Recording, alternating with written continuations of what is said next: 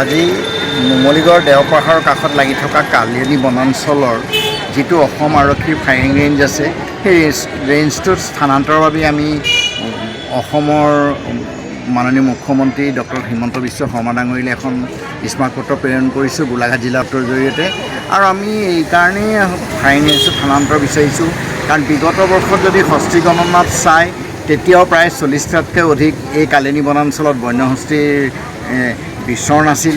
আৰু এই যিটো ফায়াৰিং ৰেঞ্জ, এই ৰেঞ্জৰ কাৰণে দেখা যায় বন্যহস্তী দিশহাৰা হয়, কাৰণ মাজে মাজে যিহেতু অসম আৰক্ষী তাত যিহেতু ফায়াৰিং থাকে। গতিকে আমি ভাবোঁ এই ৰেঞ্জটো স্থানান্তৰ হ'লে বন্যহস্তী বিচৰণত এটা সুগম হ'ব।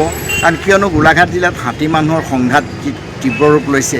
এই ক্ষেত্ৰত আমি ভাবোঁ এই ফায়াৰিং ৰেঞ্জটোৰ কাৰণে, কাৰণ যিহেতু এইখন প্ৰায় 100 হেক্টৰ অঞ্চল আগুৰি আছে, কালিয়নী বনাঞ্চল, কাষত আছে নুমলীগড় দেওপাহাৰ বনাঞ্চল। গতিকে এই বনাঞ্চলখন আমি ইতিমধ্যে সংৰক্ষণৰ বাবেও বিগত বৰ্ষৰ 23 ছেপ্টেম্বৰত মুখ্যমন্ত্ৰী ডাঙৰীয়ালৈ গোলাঘাট জিলাৰ আয়ুক্তৰ জৰিয়তে এখন স্মাৰকপত্ৰ প্ৰেৰণ কৰিছিলোঁ।